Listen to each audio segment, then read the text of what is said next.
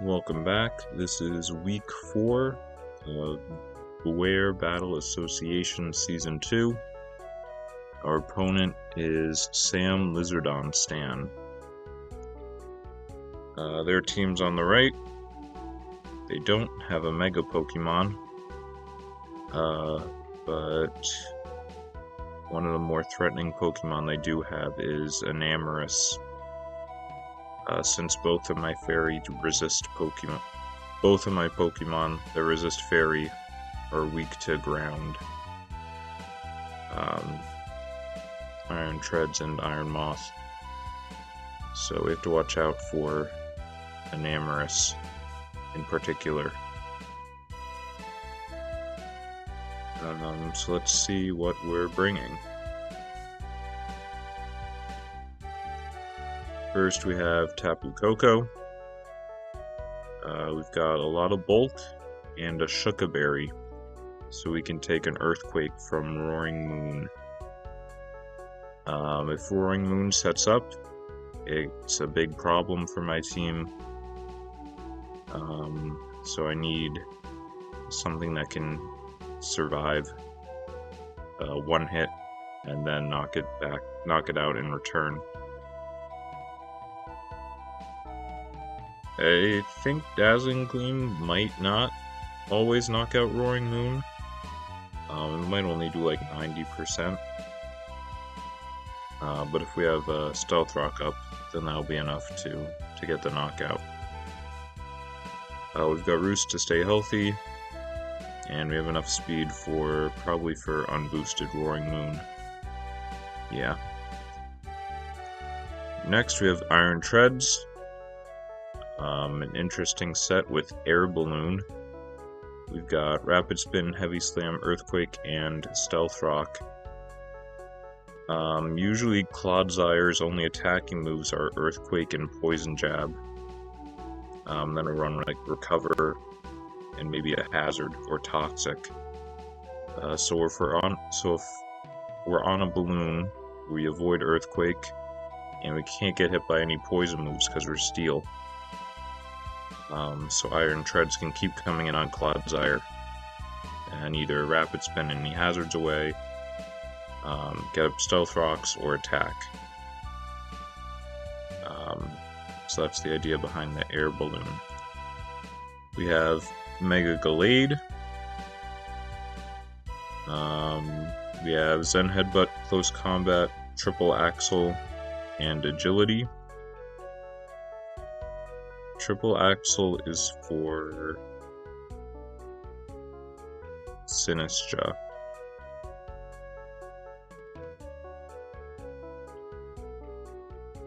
Yeah.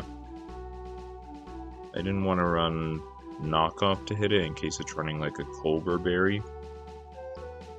But Triple Axle, I think, is stronger than Knockoff anyway. And then we're also running Agility.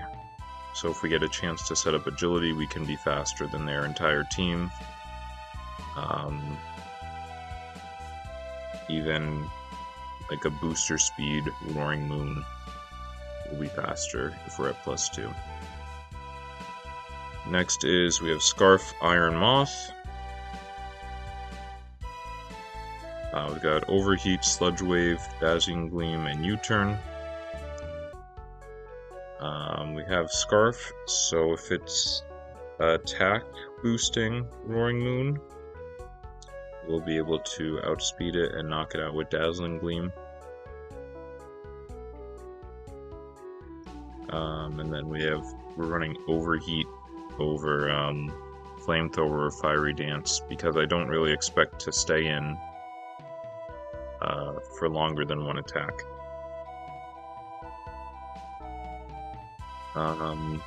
So this does pretty good into most of his team except for Heatran. This can't touch Heatran at all. Its best move is Dazzling Gleam, which is going to do like 2%. But if Heatran is Flame Body instead of Flash Fire, which it might be to try to burn Gallade or maybe a U-turn on Tapu Koko, then we would be able to hit it with our fire move for neutral damage. So it's something to consider. Next we have Chestnut. We have Spikes, Body Press, Toxic, and Synthesis. Spikes are pretty good into my opponent's team. Most of his team's grounded except Corviknight and Enamorous.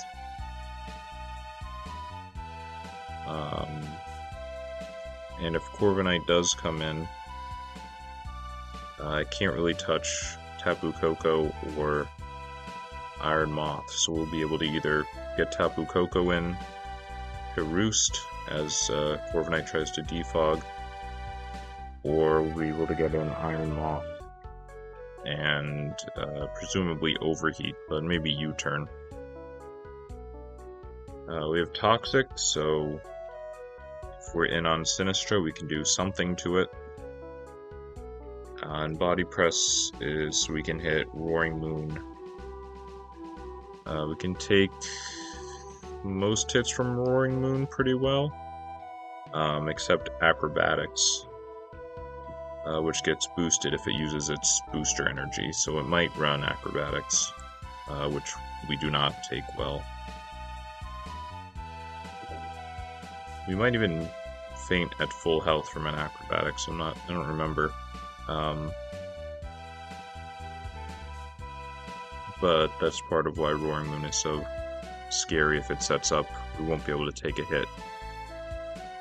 Next and last is Seismitoad. We're running Special Defense, so we can deal with Heatran and maybe take a hit from Enamorous. I've got Knockoff, Scald, Earthquake, and Protect. Protect is so we can get more leftovers healing.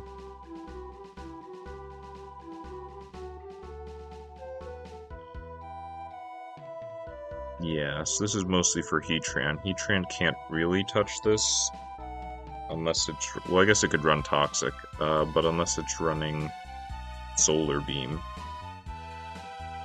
which he'd have to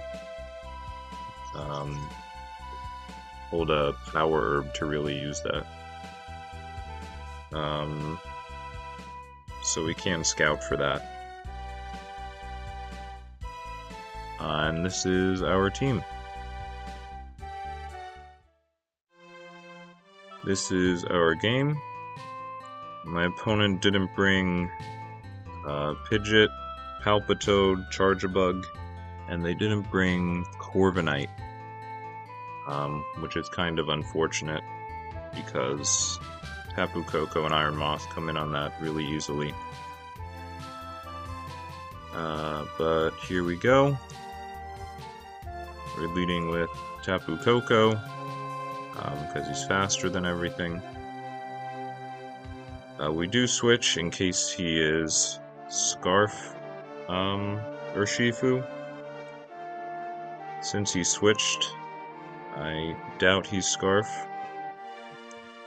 But we bring in Chestnut, and then we switch out to Iron Treads on Clodsire and absorb a Toxic. We're able to get up Stealth Rock here. We go to Iron Moth, and Sinistra starts to set up Calm Mind. So our Overheat is not going to do much damage, especially after the first one. So we switch to Chestnut here to try to Toxic it. Luckily he's not Substitute, we are able to get a Toxic on Sinistra. It does continue to set up a little, so we get a Spike up. But we're assuming he's got a Grass move, probably Matcha Gotcha, and then maybe Strength Sap. So we can't do too much damage to Chestnut, since we're immune to Shadow Ball. But we switch to Iron Moth to take a Grass type move, which is Matcha Gotcha. We're able to do a tiny bit of chip with U-turn and go back to Chestnut, take another Shadow Ball, as Toxic is racking up more damage. Yeah, even though he's up +3, Machagacha's only doing just under half damage. So we're able to switch between Iron Moth and Chestnut a couple times, as the Toxic continues to wear him down. He does get enough health to survive one more turn. And we decide to sack Chestnut here, as Sinistra finally goes down to Toxic damage.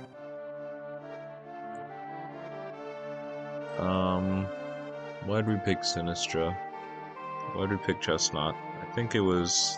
we weren't really expecting it to check Roaring Moon as well as we'd hoped. And I think the Scarf on Iron Moth is more valuable in case Enamorous is Scarf. So back to Tapu Koko versus Urshifu. We decided that he's probably not Scarf, since he switched out turn 1, and it turns out he's not. So we are able to knock him out with a Volt Switch. Heatran comes in, and we're not able to do any damage to Heatran, so we switch out. Seismitoad takes an Eruption really well. We get a knockoff. We are able to knock off a Custap Berry from Enamorous, which activates that below 25% health, I think. It might be 33%, I don't remember. But if you eat it at the start of your turn, you're able to move first in your priority bracket and outspeed a faster opponent for one turn. So that's good to get rid of. He does have Grass Knot to hit Seismitoad.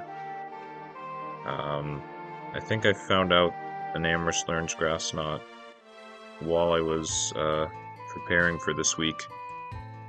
And I think it slipped my mind while I was in the game.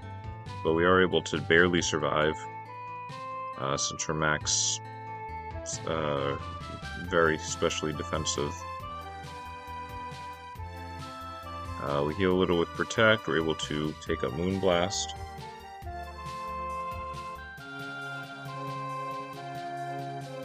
Heatran switches in on a Sludge Wave, and they're able to take out Seismitoad with a Flamethrower.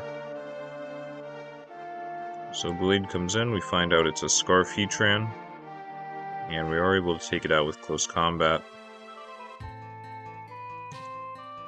Agility might have been better there. If we did Agility, would have been faster than his whole team, because we see this is a speed boosting Roaring Moon. We stay in because the scariest thing Roaring Moon can do is set up with Dragon Dance, so we're not going to let it do that.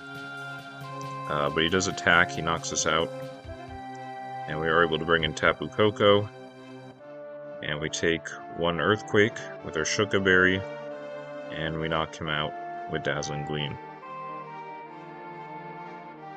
Clodsire back, we go back to Iron Treads, as they switch to Enamorous. But we are in electric terrain, so we have a speed boost. We are able to outspeed Enamorous, knock it out with Heavy Slam. We find out, well, it didn't matter because we're faster and knock it out with Earthquake, but we find out Clodsire cannot hit us. Its moves was probably Toxic, Recover, Earthquake, and then a status move. So we are able to win this game. The Iron Treads balloon worked out.